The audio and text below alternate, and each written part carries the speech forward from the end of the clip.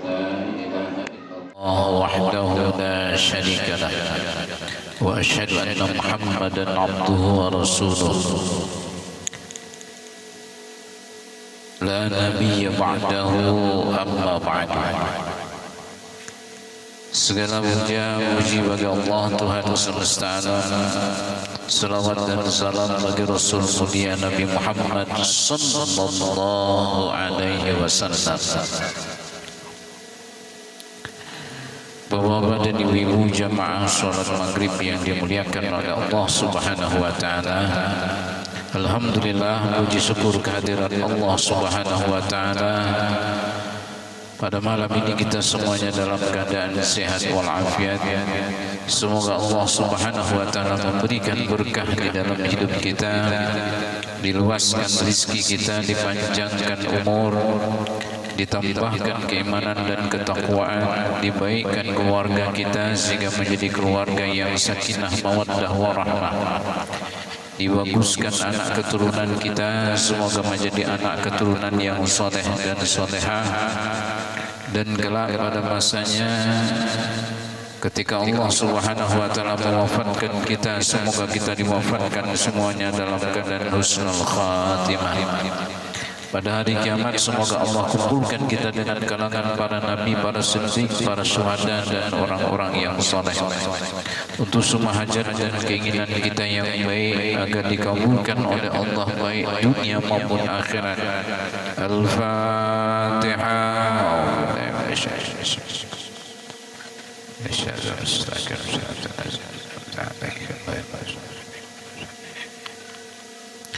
Jemaah yang dimuliakan oleh Allah Subhanahu wa taala, kita lanjutkan makrifah kepada Allah Subhanahu wa taala, mengenal nama Allah Ar-Rahman. Kita sudah membahas setengahnya pada pertemuan terdahulu, ini kita lanjutkan, cuma kita ulang sedikit. Ar-Rahman itu adalah nama yang kedua setelah Allah Subhanahu wa taala. Ar-Rahman bermakna yang sangat mengasihi, penyayang, yang memberikan nikmat-nikmat yang besar. Nikmat yang besar itu seperti mengadakan kita dari asalnya tidak ada lalu menjadi ada, memberi kita keimanan, memberi kita keislaman, memberikan kita rizki, kesehatan. Itu semua adalah nikmat-nikmat yang besar. Itu berhubungannya dengan Ar-Rahman. Ar-Rahman adalah orang yang sangat kasih dan sayang. Ar-Rahman itu khusus untuk Allah Subhanahu wa taala, tidak diberikan kepada manusia. Maka tidak boleh kita memberi nama sesuatu dengan nama Ar-Rahman. Berbeda nanti dengan Ar-Rahim. Dengan Ar-Rahim itu begitu Rasul masih beri, sehingga begitu Rasul diberi gelar dengan Ar-Rahim. Tapi Ar-Rahman itu tidak. Jadi Ar-Rahman ini khusus. Orang yang mengerti akan kandungan Ar-Rahman itu setiap kali ia menyebut nama Ar-Rahman atau mendengar Ar-Rahman tersebut, hatinya itu bergetar. Itu kalau orang mengenal Ar-Rahman itu. Jadi kalau orang yang mengerti akan kandungan daripada Ar-Rahman, maka setiap kali dia mendengar nama Ar-Rahman disebut, maka hatinya itu akan bergetar. Kenapa? Karena ada hubungannya dengan kasih sayang. Jadi bagaimana kita tidak bergetar ketika disebut nama ibu? Dan begitu Rasul itu sangat sayang kepada umatnya, orang tua sangat sayang kepada anaknya, tapi kasih sayang Allah kepada hambanya itu mengalahkan semuanya. Sebab Allah menciptakan rahmat itu 199 ditahannya satu bagian. Ketika begitu Rasul menunjukkan kasih sayang kepada umatnya, itu satu bagian. Satu bagian ini berbagi kita. Ada full satu bagian. Seluruh makhluk itu mendapatkan satu bagian rahmat. Tapi nanti disiapkan oleh Allah di dalam surga 99 digabung 100%. Jemaah yang dimuliakan oleh Allah Subhanahu wa taala. Kita lanjutkan pada hari ini. Rasulullah SAW itu betapa sangat beliau sayang terhadap umatnya itu, tetapi Allah Subhanahu wa taala tidak memberikan namanya Ar-Rahman itu kepada beliau. Walaupun begitu Rasul itu sangat sayang kepada umatnya. Gak ada nabi yang lebih sayang kepada umatnya ketimbang begitu Rasul itu sayang kepada umatnya. Bahkan orang tua punya sayang kepada anaknya, mengalahkan kasih sayang, tidak sanggup mengalahkan kasih sayang begitu Rasul untuk umatnya. Jadi ketika begitu Rasul itu akan meninggal dunia, beliau tidak tanya istrinya, beliau tidak tanya anaknya, ummati, ummati, umatku, umatku. Ketika datang tugas daripada Allah kepada malaikat Israel untuk mencabut nyawa begitu Rasulullah SAW, bahkan Allah perintahkan satu, cabutlah selembut-lembutnya pencabutan, di mana Allah tidak pernah mencabut satu pun makhluk sebelumnya. Yang kedua, apa perintah Allah kepada malaikat Israel? Kalau beliau berkata, nanti kembalilah engkau. Kalau bahasa Inggris kena aja, mulik igam. Jadi begitu datang, walaupun anak Sayyidatina Fatimah itu tidak mengenal siapa yang datang, tapi Rasul tahu. Karena ketika Sayyidatina Fatimah mengatakan bulu kudungku berdiri, sudah tidak ada salah, itu dia sudah. Apa pertanyaan begitu Rasul? Kenapa engkau datang? Silaturahimkah atau mencabut nyawaku? Mencabut nyawamu. Apa kata begitu Rasul? Silahkan laksanakan tugas. Kalau ada perintah kepada malaikat maut terhadap kita, itu bulik terus malaikat maut. Kata Allah, kenapa kan bulik? Ujar sidin kena aja.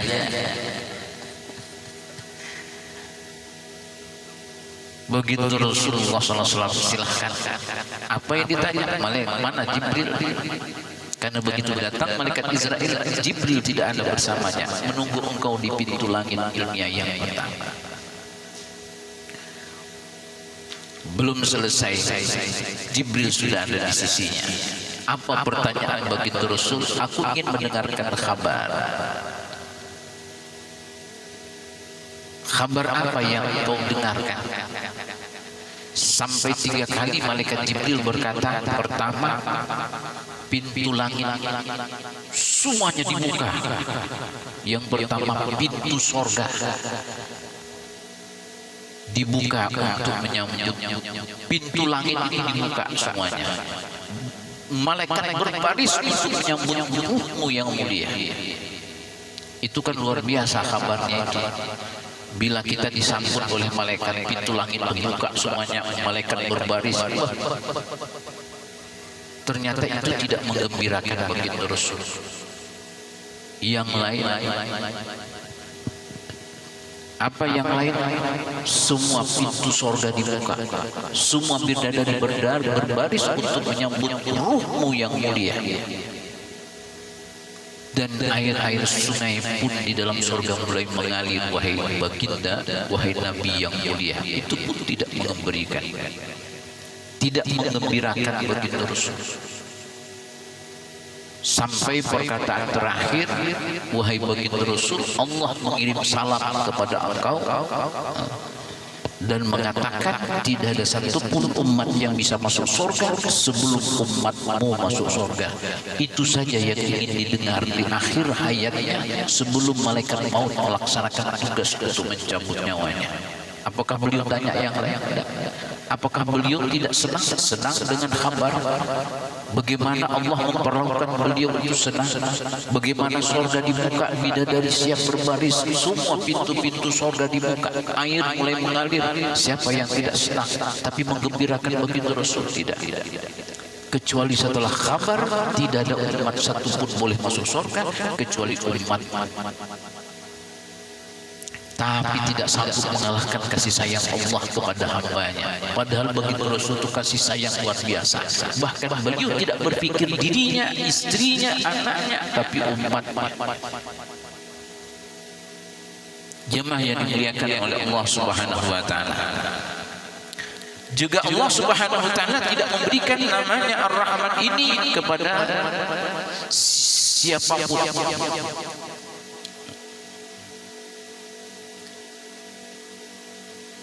Jadi kalau kita tahu betapa kasih sayangnya Allah Subhanahu wa taala terhadap kita melebihi daripada kasih sayang siapapun dari makhluknya, semestinya yang demikian itu menambah kecintaan kita dan pengharapan kita kepada Allah Subhanahu wa taala. Mestinya dengan mempelajari Ar-Rahman lalu kita tahu bahwa kasih sayang Allah kepada hambanya itu mengalahkan kasih sayang apapun dan siapapun di dalam hidup. Mestinya dengan demikian itu akan menambah kecintaan kita dan pengharapan kita kepada Allah.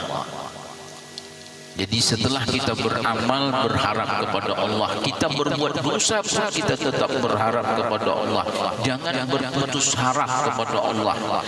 Kenapa orang bunuh diri? Karena dia tidak percaya, dia tidak paham kalau kasih sayang Allah kepadanya lebih hebat daripada kasih sayang seorang makhluk kepadanya. Putus cinta, gantung diri. Ini orang yang tidak kenal Ar-Rahman. Kalau dia kenal Ar-Rahman, dia tidak akan mau gantung diri, dia tidak akan mau terjun dari jembatan, tidak akan ingin terjun dari gedung lantai 5, tidak mau minum baygon. Kenapa? Karena dia paham cinta Allah kepadanya tak ada satupun makhluk yang mengalahkan di dalam hidupnya. Ini begitu ditolak cintanya oleh seseorang, bunuh diri, minum baygon. Apa ujar nyamuk? Yang minum baygon itu ujar nyamuk apa? Mungul benar itu Pak Ustaz. Kenapa? Aku disemprot aja mati, dia minum pulang. Mestinya kalau orang paham ke situ dia tak perlu bunuh diri. Kenapa? Dia tahu kalaupun manusia menolakku, itu cinta hanya satu bagian, sementara Allah yang ada 99 cinta kepadaku itu tidak akan pernah hilang selama aku tidak akan pernah hilang kepadanya. Kan mestinya itu. Habis itu cari lagi kan. Karena orang tidak paham, tapi kalau orang paham tak mau dia bunuh diri. Ngapain dia bunuh diri Pak Ustaz? Aku ditolak situ masih banyak yang lain. Memang dia yang satu-satu di dalam hidup ini. Mungkin yang menolak itu tidak baik untukku. Mungkin yang menerima itu nanti lebih baik bagiku. Walaupun ternyata yang menolak kita itu orangnya sabar, dan yang menerima kita orangnya penyarikan. Tetap baik lawan pian. Kenapa? Sebab ujiannya banyak. Iya kalau semakin penyarikan bini pian, dia semakin bagus untuk pian. Kenapa bagus Pak Ustaz? Pahala pian banyak. Apalagi kalau pian punya penyakit jantung, bagus lagi. Iya kalau cepat pian ketemu lawan Allah Subhanahu wa taala.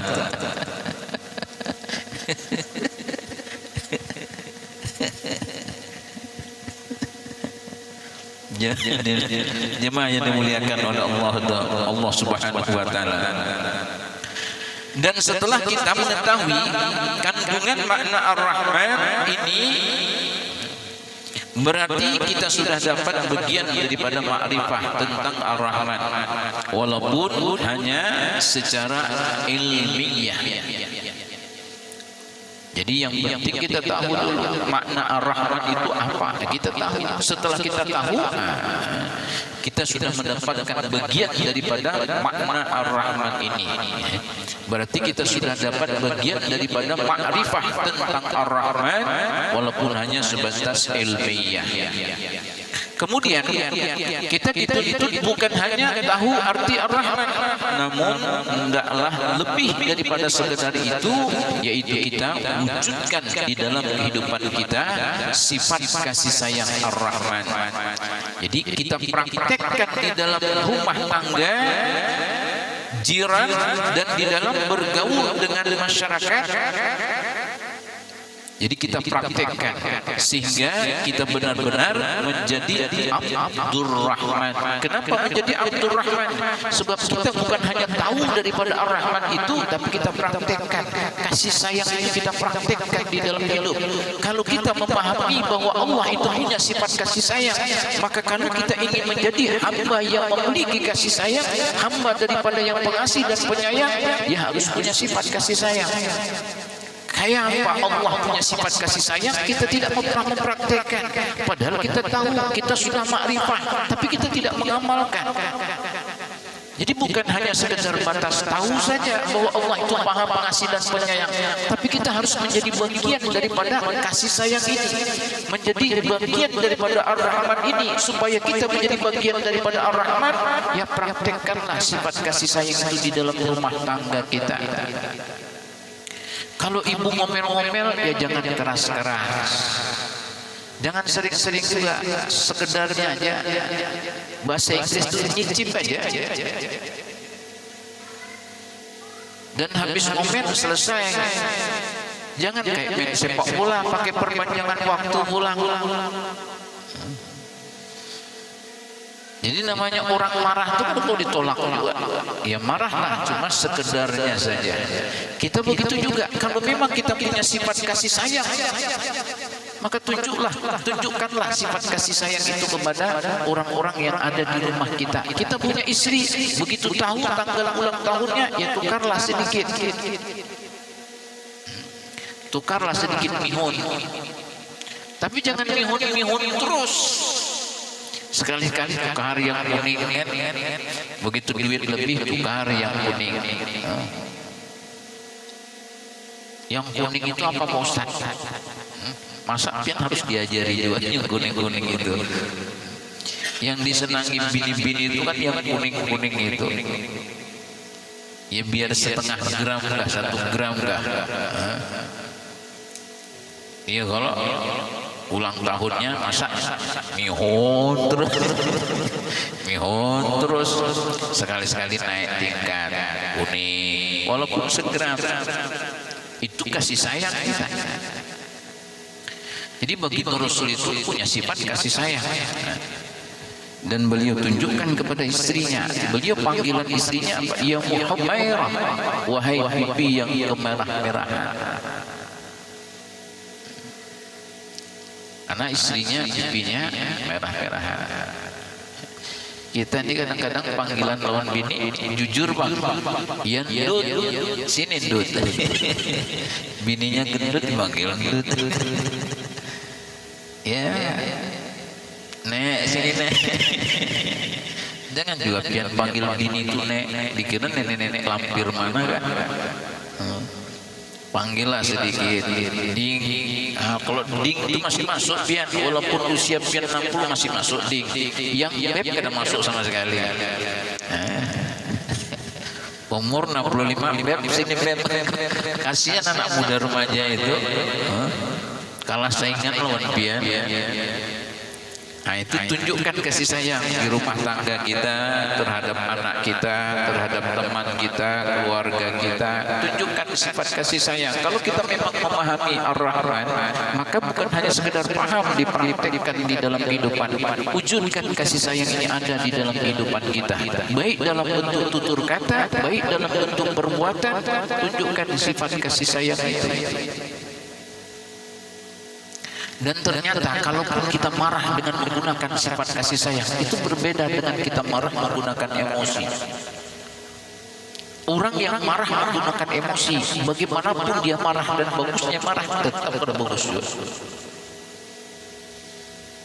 Tapi orang yang marah menggunakan keimanan dan ketakwaan, menggunakan sifat Ar-Rahman ini, tetap bagus. Padahal dia marah. Dan ternyata dengan anak-anak tidak setiap muka kejam itu dia tahu kita marah. Kadang-kadang muka manis pun dia tahu kalau kita sedang marah. Dan itu perlu harus dibiasakan. Walaupun sekali-sekali memang harus kelihatan juga muka kejamnya. Cuma jangan saban hari. Sekali-sekali aja. biar anak tahu kalau itu orang tuanya marah-marah. Jemaah yang dimuliakan oleh Allah Subhanahu wa taala. Jadi kita praktekkan di dalam rumah tangga, jiran, di dalam bergaul dengan masyarakat, sehingga kita benar menjadi Abdurrahman. Sebagaimana juga kita dituntut untuk menjadi Abdullah, maka kita dituntut juga untuk menjadi Abdurrahman. Imam Ghazali rahimahullah ta'ala berkata, orang yang menjadi Abdurrahman ia mesti berperilaku kasih sayang kepada hamba Allah Subhanahu wa ta'ala, bahkan kepada mereka yang lupa, lalai dan ahli maksiat. Itu mereka-mereka itu harus disayangi oleh orang yang ingin diberi, ingin dirinya menjadi Abdurrahman. Jadi bukan hanya kepada keluarga kita, kepada orang-orang yang lupa, orang-orang yang lalai, orang-orang yang berbuat dosa dan maksiat, itu pun harus ditunjukkan kasih sayang kepada mereka. Jadi mereka-mereka itu harus disayangi oleh orang yang ingin dirinya menjadi Abdurrahman. Bagaimana caranya? Menyayangi mereka tentunya dengan cara memalingkan atau mengeluarkan mereka dari perbuatan dosa dan maksiat tersebut. Itu bentuk kasih sayang kita kepada ahli dosa, ahli maksiat. Keluarkan mereka. Jangan biarkan mereka berbuat dosa dan maksiat itu. Jadi keluarkan mereka dari jalan yang salah menuju kepada jalan yang diridhoi oleh Allah. Minat dzulumati ilal nur, daripada kedzaliman menuju kepada cahaya, daripada kegelapan menuju cahaya. Dikeluarkan mereka dengan jalan nasihat yang lemah lembut. Berkata dengan jalan bukan dengan jalan yang kasar, dan bukan pula memandang rendah ataupun sinis terhadap mereka. Sebab kalau kita memandang rendah dan sinis terhadap mereka, itu kadang-kadang mereka itu bersikap lebih keras kepada kita. Jadi ahli dosa dan maksiat itu didatangi. Jadi ada seorang gitaris di Indonesia, kayak apa jadi berdakwah? Dia bermain gitar dengan mereka yang memang sabat malam bergitaran. Tapi akhirnya apa? Orang-orang gitar itu yang asalnya tidak sholat semuanya. Itu kadang-kadang saya lebih iri kepada mereka. Saya ngajak-ngajak orang, tentu orang-orang. Tapi inya justru mengeluarkan orang dari perbuatan dosa dan maksiat dengan caranya. Itu bagus. Kalau kita betul caranya, tapi jangan sampai kita umpat gitaran, akhirnya kita umpat juga ada sholat, celaka gitu itu. Jadi boleh berdakwah dengan gitar, boleh untuk mengeluarkan orang-orang tersebut dari perbuatan dosa dan maksiat. Tapi tidak boleh mengeluarkan peminum itu dengan cara kita umpat minum juga. Nah, betul itu. Jadi mengeluarkan orang-orang yang berbuat dosa dan maksiat itu dengan cara-cara yang diperintahkan oleh Allah. Jadi kalau di dalam bahasa Al-Quran itu, ud'u ila sabili rabbika bil hikmah wal mau'izatil hasanah wajadilhum billati hiya ahsan.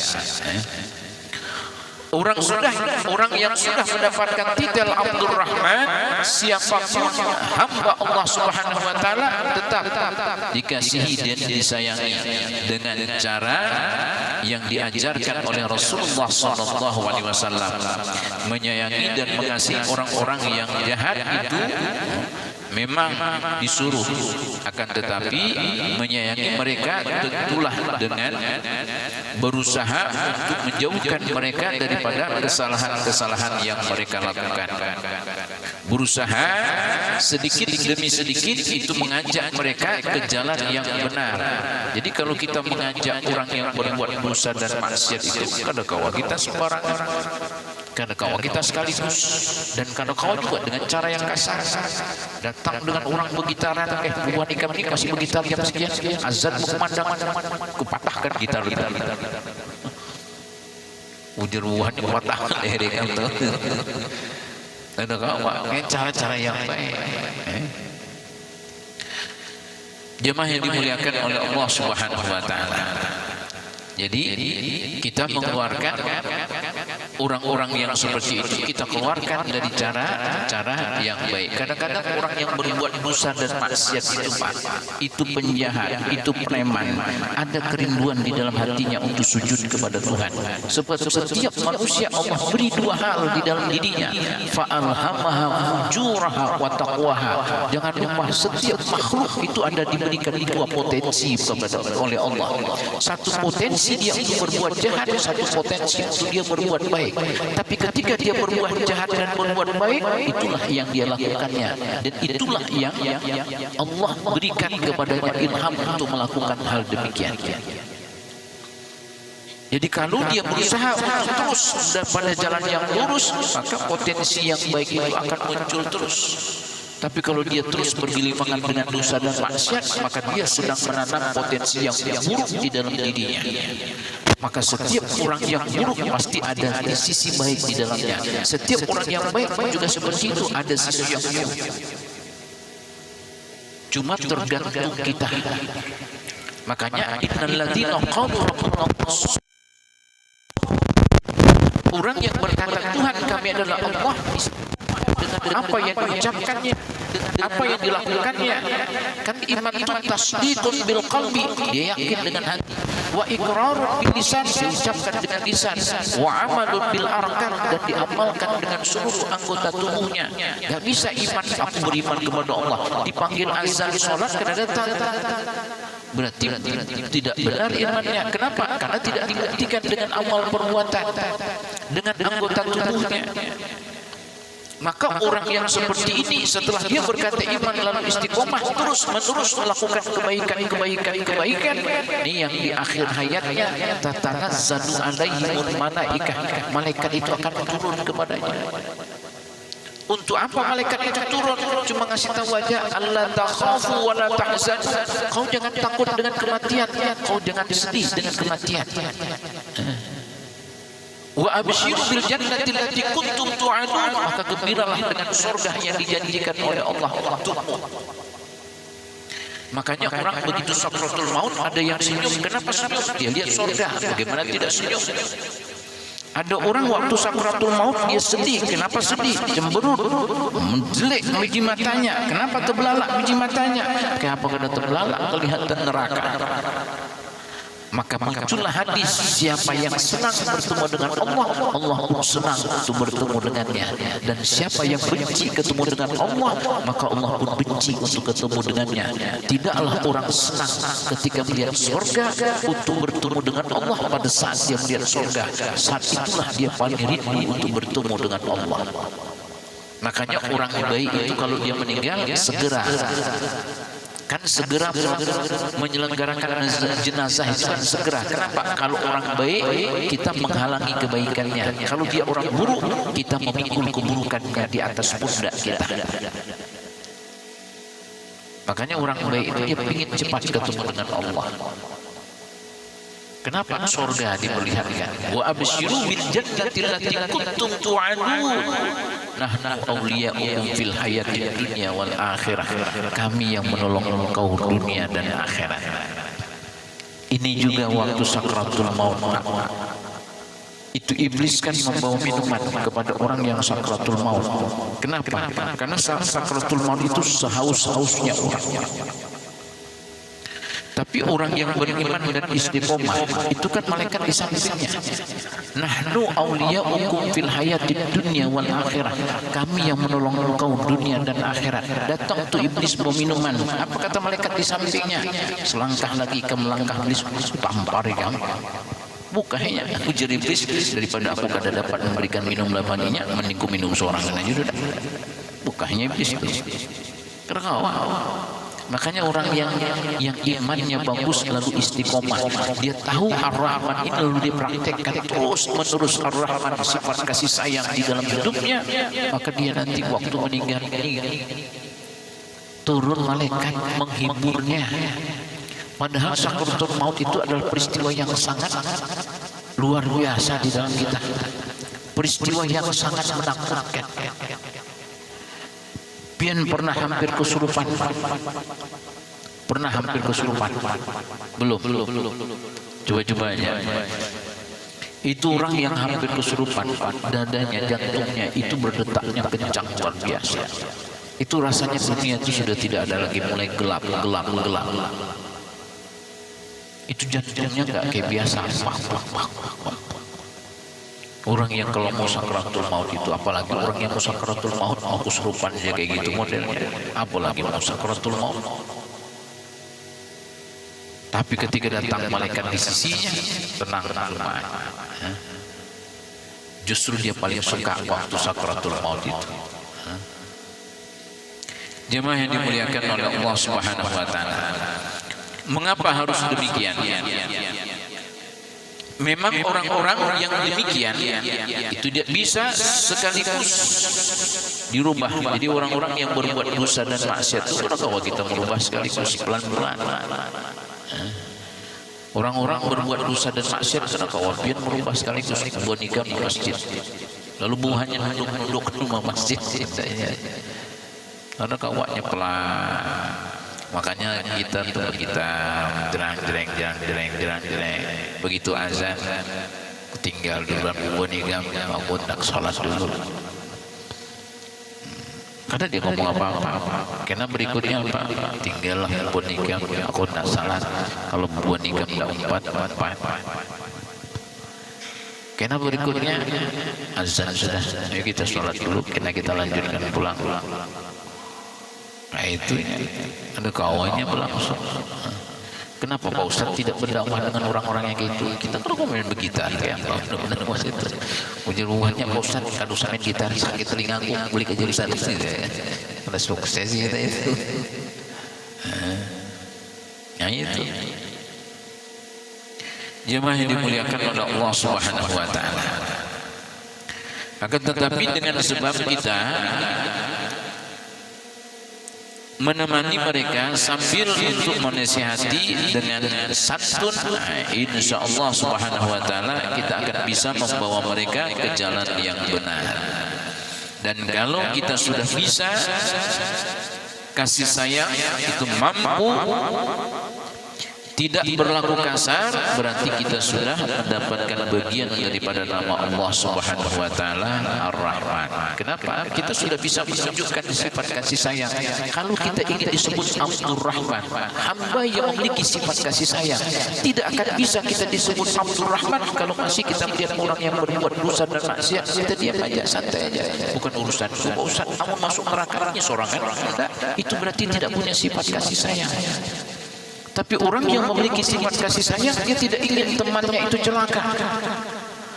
Kadang saja, kita punya istri, kita tidak ingin istri kita ini celaka. Kita sampaikan.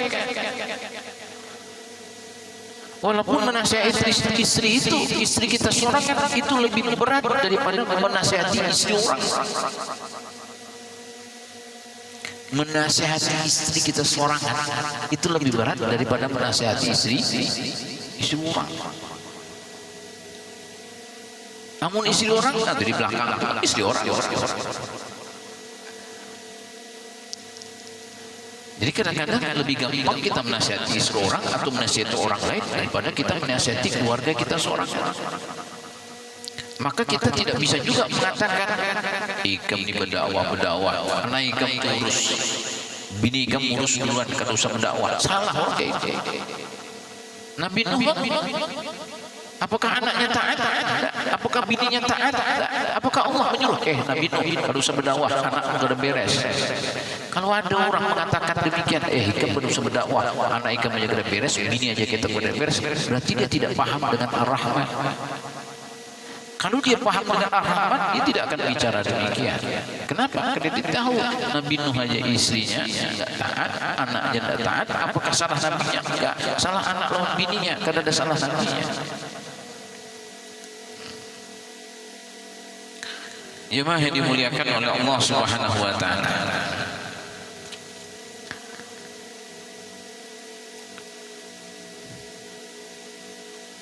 Pada waktu Rasulullah SAW di tengah-tengah sahabatnya itu tiba-tiba datang seorang pemuda lalu berkata, wahai Rasulullah SAW, berilah aku izin untuk berzina. Para sahabat di waktu itu berteriak, tetapi Rasulullah SAW yang telah mendapatkan bagian yang besar daripada Ar-Rahman itu berkata, mana orang-orang yang minta izin untuk berzina. Jadi begitu Rasul cuma manggil aja, mana orang yang minta izin berzina. Bawa ia ke sini, kata begitu Rasul. Lalu si pemuda tadi berkata,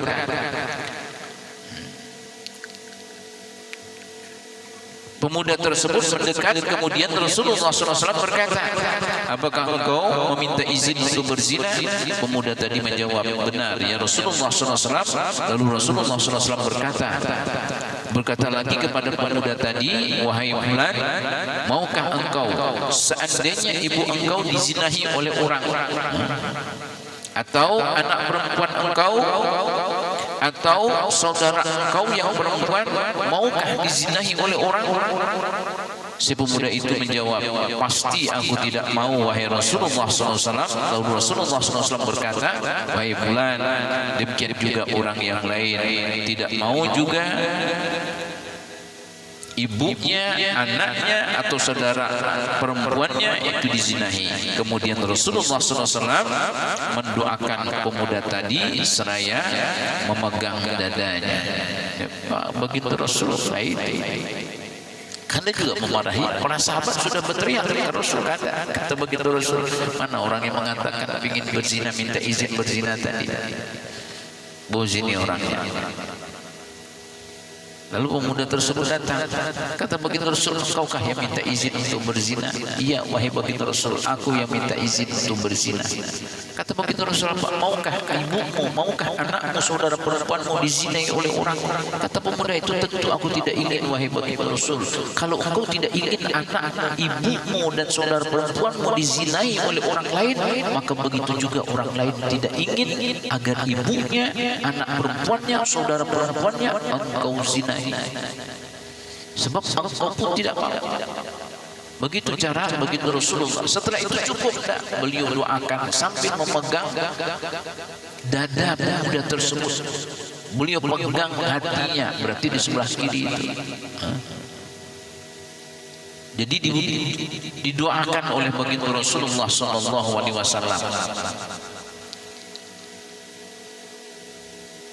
Apa doa begitu Rasul? Memegang dadanya, Allahumma tahhir qalbahu, ya Allah, sucikan hati orang ini.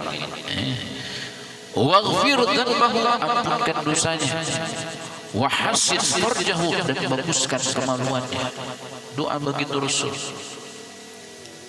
Dan dari hadis ini pun, dari perkataan ini pun kita tahu bahwa ternyata dosa zina ini dosa turunan. Kalau kita hari ini berzina, suatu saat anak kita akan dizinai oleh orang. Jadi kalau kita berzina dengan orang, pada hakikatnya kita sedang membuat agar orang itu mau menzinai anak kita. Itu dosa turunan. Maka berhati-hati dengan dosa zina tersebut. Sekarang kayaknya biasa aja. Jemaah yang dimuliakan oleh Allah Subhanahu wa taala.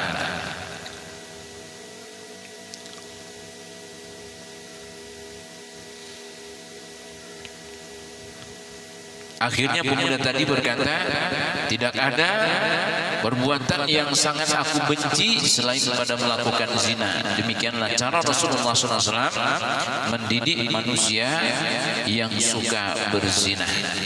Sehingga pada akhirnya pemuda itu mengatakan, tidak ada pekerjaan yang paling aku benci kecuali berzina. Nah, itu bentuk kasih sayang yang begitu Rasul tunjukkan. Mencermati hadis Rasulullah SAW di atas, sebagian ulama berpendapat bahwa hadis itu memberi isyarat bahwa zina adalah penyakit keturunan.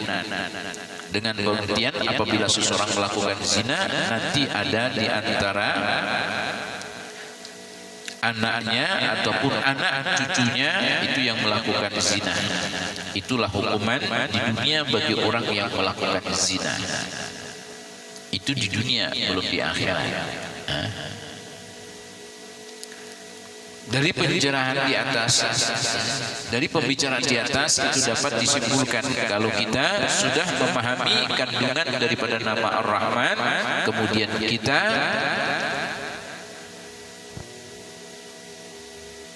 kemudian kita praktekkan perilaku Ar-Rahman itu di dalam kehidupan sehari-hari, seperti mengajak orang-orang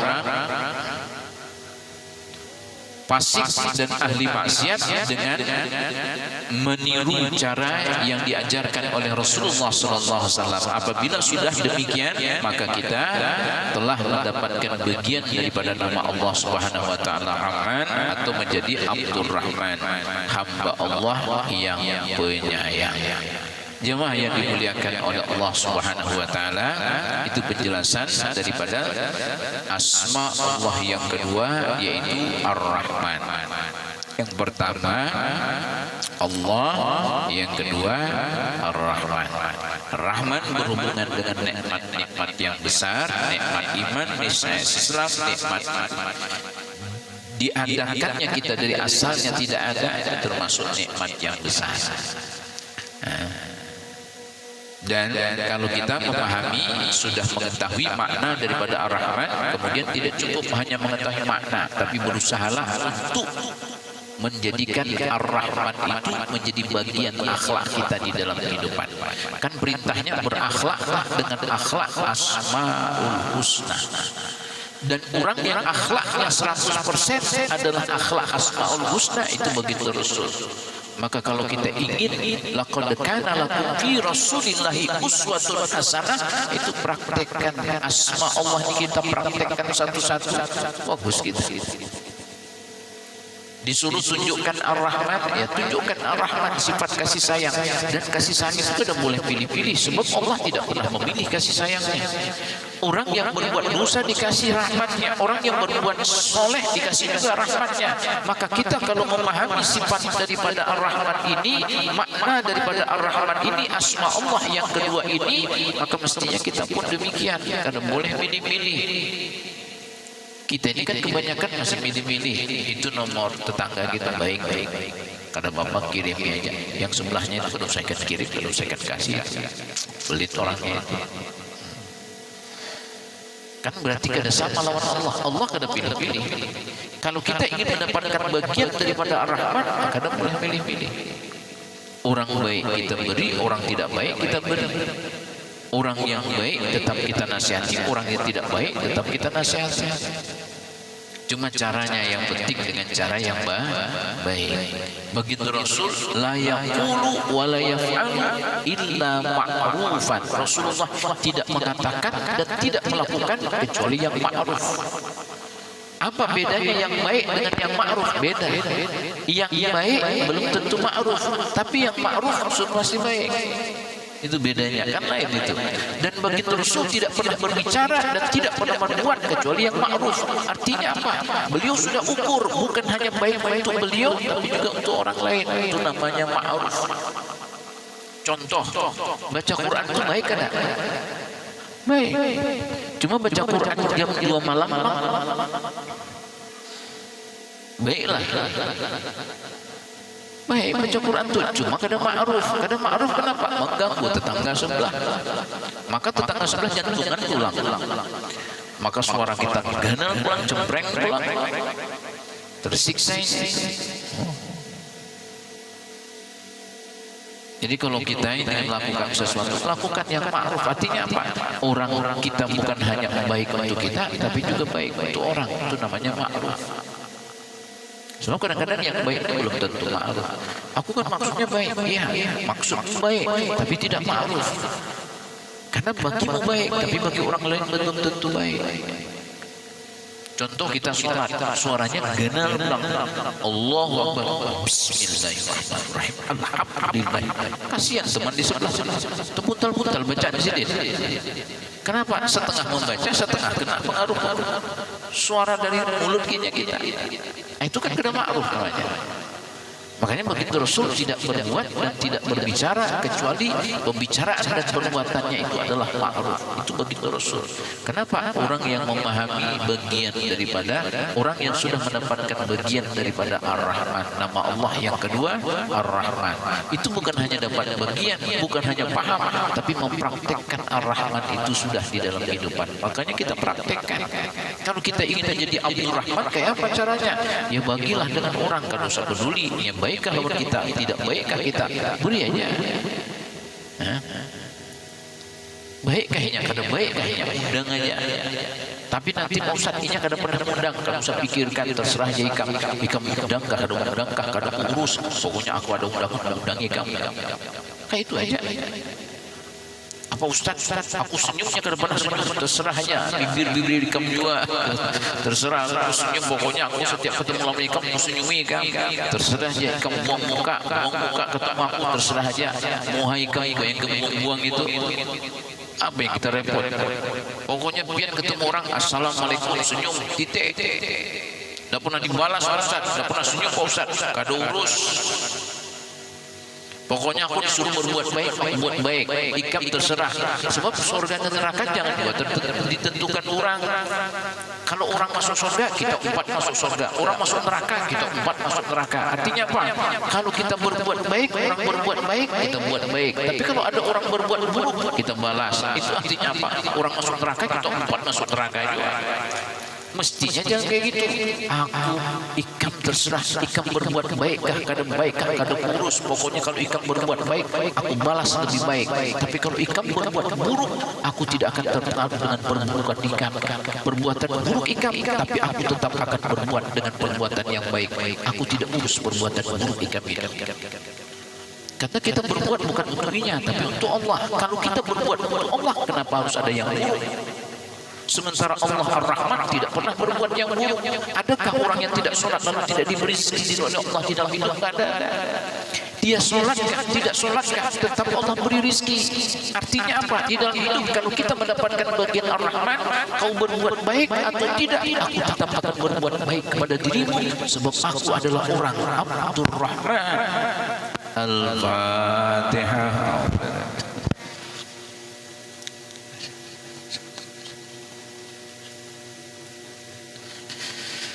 أعوذ بالله من الشيطان الرجيم بسم الله الرحمن الرحيم الحمد لله رب العالمين حمدا شاكرين حمدا ناعمين حمدا يوافي نعمه ويكافي مزيده يا ربنا لك الحمد كما ينبغي لجلال وجهك الكريم وعظيم سلطانك اللهم صل وسلم على سيدنا ونبينا محمد صلى الله عليه وسلم ربنا آمنا فاغفر لنا وارحمنا وأنت خير الراحمين اللهم إنك عفو كريم تحب العفو فاعف عنا يا كريم وعن والدينا وعن جميع المسلمين والمسلمات والمؤمنين برحمتك يا ارحم الراحمين ربنا آتنا في الدنيا حسنة وفي الآخرة حسنة وقنا عذاب النار سبحان ربك رب العزة عما يصفون والسلام على المرسلين الحمد لله رب العالمين سبحانك اللهم وبحمدك أشهد أن لا إله إلا أنت أستغفرك وأتوب إليك بالله التوفيق والهداية السلام عليكم ورحمة الله وبركاته.